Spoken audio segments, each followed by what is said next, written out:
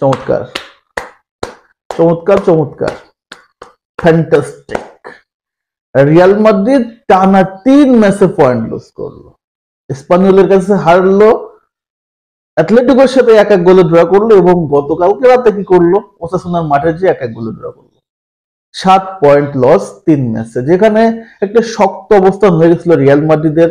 এবার লা লিগাতে দুর্দান্ত একটা মানে কামব্যাক ছিল বার্সেলোনার কাছ থেকে, বাট শেষ পর্যন্ত কি হলো, আবারও ওই বার্সেলোনার কাছে কিন্তু মোহরটা তুলে দিতে হচ্ছে, কিছু করার নাই, এটা নিজেদের ভুলে।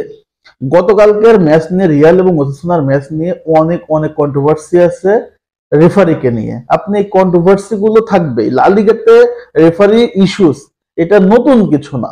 রেফারিদের যথেষ্ট পরিমাণ প্রবলেম আছে লা লিগাতে, এটা আপনি জানেন, এবং এটা জেনে মেনে নিতে হবে, কিছু করার নাই। বেলিংহামকে লাল কার্ড দিল, এটার আসলে কোনো যুক্তি নাই লাল কার্ড দেওয়ার। কার্লো আনচেলত্তি পেনাল্টির আবেদন করার জন্য, অনলি ভিআর চেক করার জন্য বলছে, তাতেও আবার কাট খাইলো।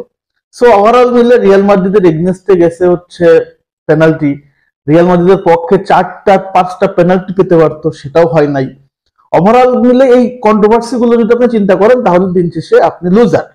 বাট আপনাকে এই পার্সপেক্টিভ থেকে বেরোয় এসে ফুল ম্যাচে ফোকাস করেন।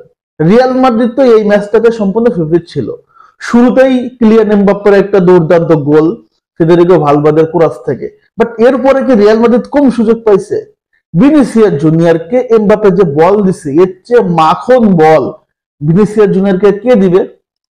এই বল মিস করে বসে দাঁত কালাইয়া নিগ্রোর মতো হাসি দিচ্ছে না। লাস্ট ম্যাচে সে সিটির সাথে দুর্দান্ত গেছে, কোনো সমস্যা নেই, কিন্তু এটাও তো একটা ইজি ম্যাচ।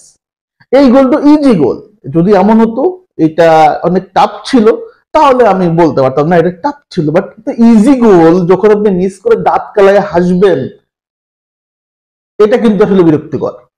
শুধু ভিনিসিয়াস জুনিয়র একটা চান্স না, দুটো বিগ চান্স মিস করছে, দুইটা বিগ চান্স এমবাপ্পে মিস করছে। এত তো যদি মিস করেন, তাহলে আলটিমেটলি আপনি রেফারিকে দোষ দিতে করবেনটা কি? কি দোষ রেফারির এত বেশি দিবেন আপনি? আপনার তো আসলে রেফারি আপনার এগনেস্টে গেছে, একটা পেনাল্টি গেছে, ওসাসুনার এগনেস্টে একটা পেনাল্টি আপনি পাইছেন। হ্যাঁ, এই ম্যাচটাতে রেফারি প্রচুর পরিমাণ মনে করেন যে রিয়াল মাদ্রিদ এগনেস্টে ফাউল দিছে, রিয়াল মাদ্রিদ কোনো ফাউল দেয়ই নাই, সবই মানলাম, সবই ঠিক আছে, কিন্তু দিন শেষে আপনার যে ন্যাচারাল গেমটা খেলা, সেটা যদি খেলতেন, আপনি ম্যাচটা বের করে ফেলতে পারতেন।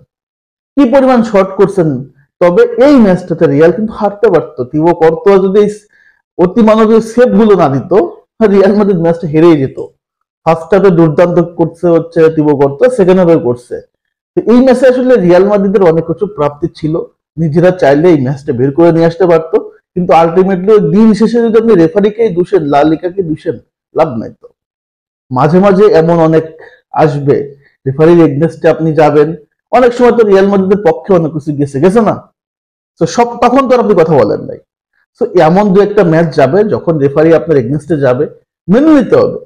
লা লিগার সিস্টেমটাকে মেনে নিতে হবে, কারণ তেবাজের সাথে রিয়াল মাদ্রিদ এবং ব্রেজের একটা দ্বন্দ্ব আছে, এটা নিয়ে আপনি বলতে পারেন, বাট এটা নিয়ে ভাই লা লিগাতে রিয়াল মাদ্রিদকে দিয়ে কার্ড দিবে, পেনাল্টি দিবে, এটা আসলে বলার কিছু নাই। তবে যে পেনাল্টিটা দিছে, এটা নিয়ে আমার আসলে এই লটা আসলে কি, এটা আমার একটু ডাউট আছে। সেটা হচ্ছে যে কামাভিঙ্গা যখন ফাউলটা করছে, ওই ব্যক্তি যাকে ফাউলটা করছে তার কিন্তু তার আগে তার বলে শট করা হয়ে গেছে, সে যখন পড়ে গেছে তারপরে কামাভিঙ্গার পা লাগছে।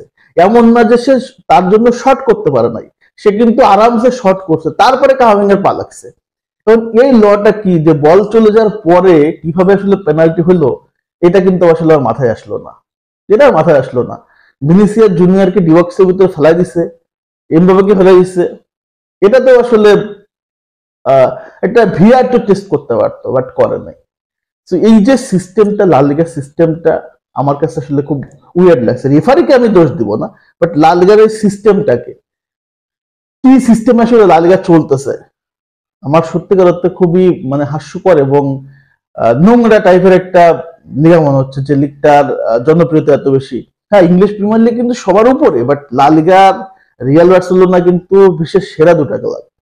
তো এই ম্যাচগুলোতে যদি আসলে এমন কন্ট্রোভার্সি হয়, রেফারি ইস্যু হয়, লা লিগার বিতর্ক হয়, এটা মেনে নেওয়া তো কঠিন। তো ওভারঅল এই মুহূর্তে যদি আপনি দাঁড়ায় থাকেন তাহলে আপনি পয়েন্ট টেবিল দেখবেন রিয়াল মাদ্রিদের 24 ম্যাচে 51 পয়েন্ট, অপরদিকে বার্সেলোনা 23 ম্যাচে 48 পয়েন্ট, অপরদিকে অ্যাটলেটিকো মাদ্রিদের 24 ম্যাচে 50 পয়েন্ট। অর্থাৎ বার্সেলোনার একটা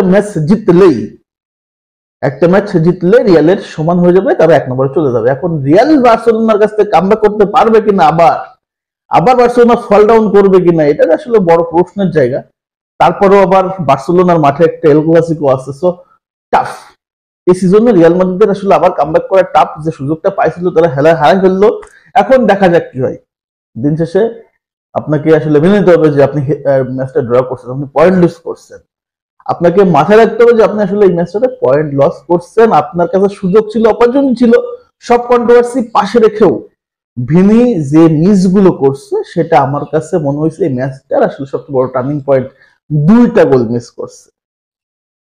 সো আপনারা যারা খেলা দেখছেন, আপনারা তো দেখছেন আসলে কি হয়েছে না হয়েছে, ওগুলো বাদ রেখে রিয়ালের ওভারঅল পারফরমেন্সটা আসলে একটু কমেন্ট বক্সে কমেন্ট করে জানাবেন।